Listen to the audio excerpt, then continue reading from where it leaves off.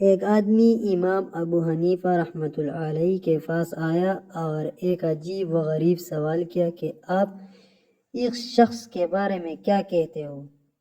جو نمبر 1 بن دے کے گواہی دیتا ہوں، نمبر 2 یہودی نصارہ کے قول کی تصدیق کرتا ہوں، نمبر 3 اللہ کی رحمت سے دور بھاگتا ہوں، نمبر 4 بغیر ذبح کے کھا لیتے ہو، نمبر 5 جس کی طرف اللہ نے بلایا ہو اس کی پرواہ نہ کرتا ہو، نمبر 6 جس سے اللہ نہ ڈرایا اس کا خوف نہ کرتا ہو، نمبر 7 فتنے کو محبوب رکھتا ہو۔ امام ابو حنیفہ رحمۃ اللہ علیہ نے فرمایا وہ شخص مومن ہے۔ سوال پوچھنے والا بڑا حیران ہوا، کہنے لگا جی وہ کیسا؟ فرمایا دیکھو تم نے کہا بن دے کے گواہی دیتا ہو تو مومن اپنے پروردگار کی بن دے کے گواہی دیتا ہے۔ تم نے کہا کہ یہودی نصارہ کے قول کی تصدیق کرتا ہو، قرآن میں آیا ہے ترجمہ یہودی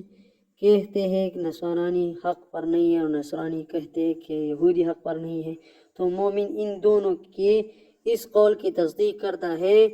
تم نے کہا کہ اللہ کی رحمت سے دور بھاگتا ہے، تو دیکھو بارش اللہ کی رحمت ہے اور بارش سے تو ہر بندہ بھاگتا ہے کہ کہاں کپڑے نہ بھیگ جائے۔ دیکھو تم نے کہا کہ بغیر ذبح کیے کھاتا ہے، تو مچھلی بھی تو بغیر ذبح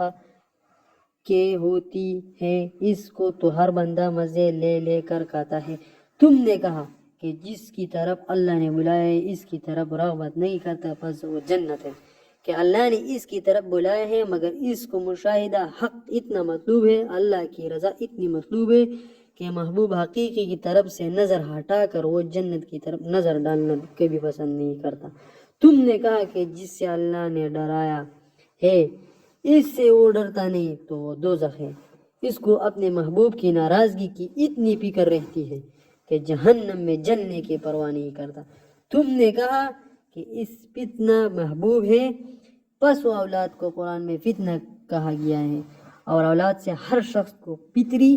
محبت ہوتی ہے، پس وہ مومن ہے۔ سوال پوچھنے والا امام ابو حنیفہ کی ذہانت اور علم پر حیران رہ گیا۔